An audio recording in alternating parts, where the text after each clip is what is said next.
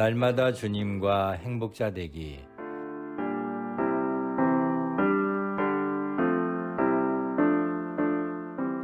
여러분 안녕하십니까? 조이풀 목회 칼럼입니다.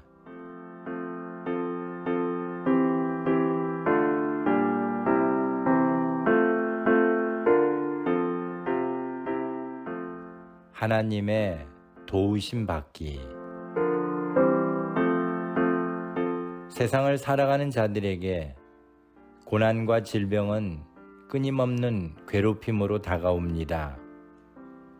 고난을 이겨냈다 싶으면 생각지도 못했던 질병이 엄습하고, 질병을 이겨내고 나면 또 다른 고난이 반복되는 경우가 많습니다. 지금은 세상 곳곳이 코로나라는 질병으로 몸살을 앓으며 모든 이들이 고난을 겪고 있습니다. 이와 같은 어려움을 겪으면서 우리는 인간의 연약함을 깨닫게 되고 전능하신 하나님의 도우심을 의지하게 됩니다.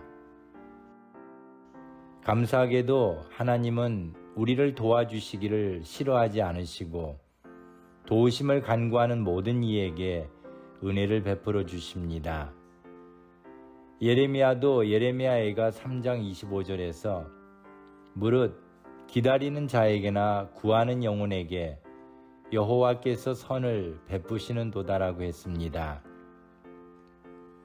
문제는 사람이 하나님의 도움을 기다리지도 구하지도 않는다는 데 있습니다. 죄악에 물들어 그 재미로 하나님을 멀리하고 사망으로 내닫는 줄도 모른 채 사탄의 손길이 도움인 줄 착각하고 살아가는 이들이 참으로 많이 있습니다. 하나님은 나를 돕는 분이시며 주께서는 내 생명을 붙들어 주시는 분이십니다. 환난과 고난이 많은 세상을 살아가기 위해서는 하나님의 도우심이 절대적으로 필요합니다. 시편 115편 9절부터 11절에서 이스라엘아 여호와를 의지하라. 그는 너희 도움이시요 너희 방패시로다. 아론의 집이여 여호와를 의지하라. 그는 너희 도움이시요 너희 방패시로다. 여호와를 경외하는 너희는 여호와를 의지하라.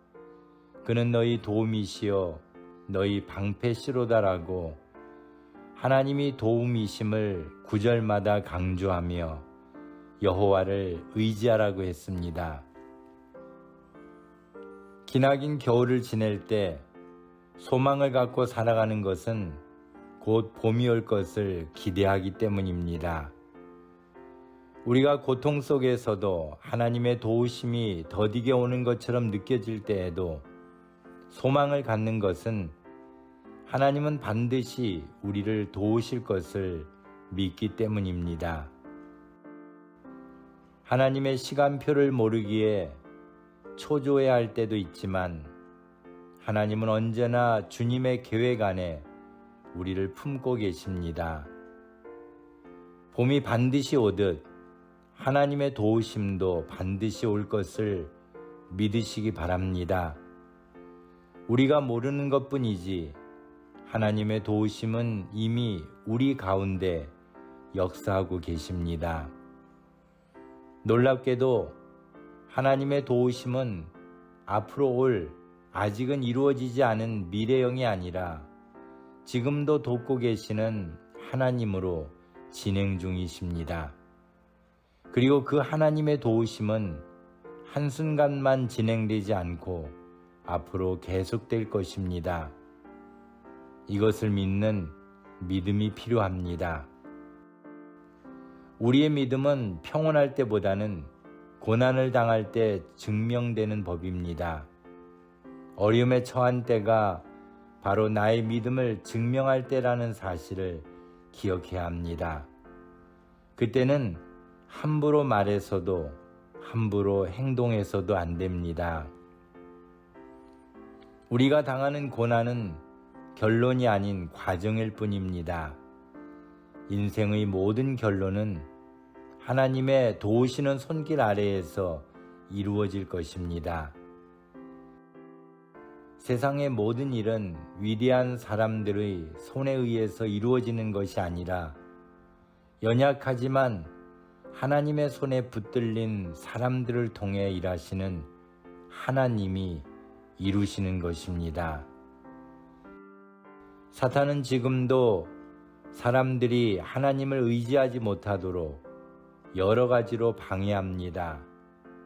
사탄의 유혹을 물리치고 하나님을 의지하는 믿음을 소유하는 자가 이길 것입니다. 우리는 세상이 아닌 하나님의 도우심으로 살아가야 할 하나님의 자녀들입니다. 감사합니다.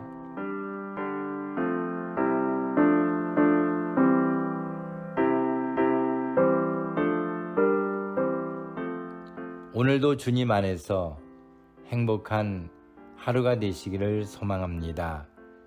감사합니다.